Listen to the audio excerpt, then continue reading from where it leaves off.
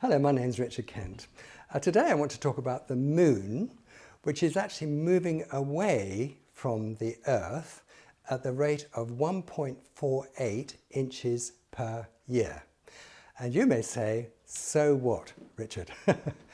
It's all to do with entropy, because according to the second law of thermodynamics and entropy, everything is slowing down, everything is moving further away, the universe is expanding, and the moon is moving further away from the Earth at the rate of 1.48 inches per year. Now, I agree that doesn't sound very much, but I think you'll agree that it does mean that the Earth used to be closer.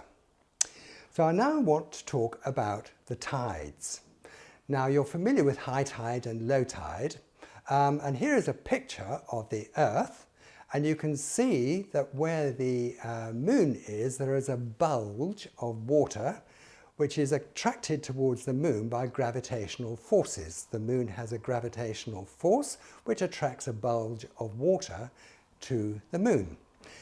Now, there is an inverse square law. I'm not trying to confuse you, but I want you to appreciate just how big the problem is.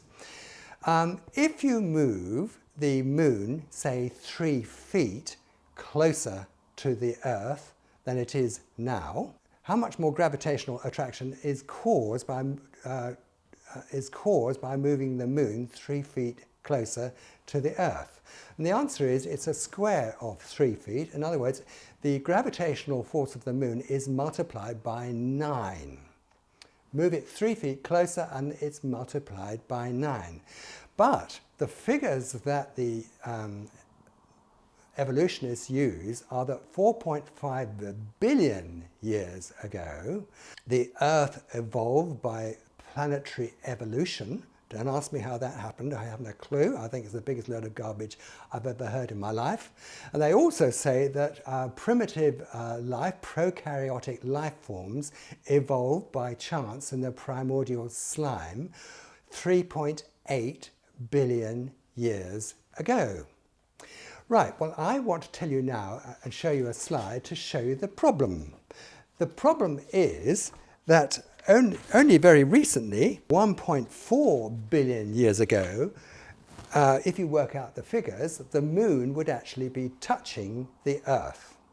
Now, I don't know at what stage we get tsunamis, but I tell you what, we get massive 20-mile high tsunamis long before long before the moon is touching the Earth. And I don't know how the evolutionists consider that the prokaryotic life forms, like bacteria, which are supposed to evolve by chance in the primordial slime, complete with DNA, evolved by chance in the primordial slime, when twice a day they were being wiped out by tsunamis 20 miles high. The whole concept of evolution is nonsense. It's garbage of the first order. And however you look at these figures that they produce, they don't make any sense at all.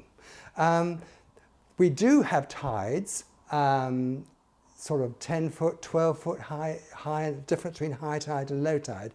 But as you move the moon closer, remember it's getting further away by 1.48 inches a year, but over millions of years, it's much, much closer.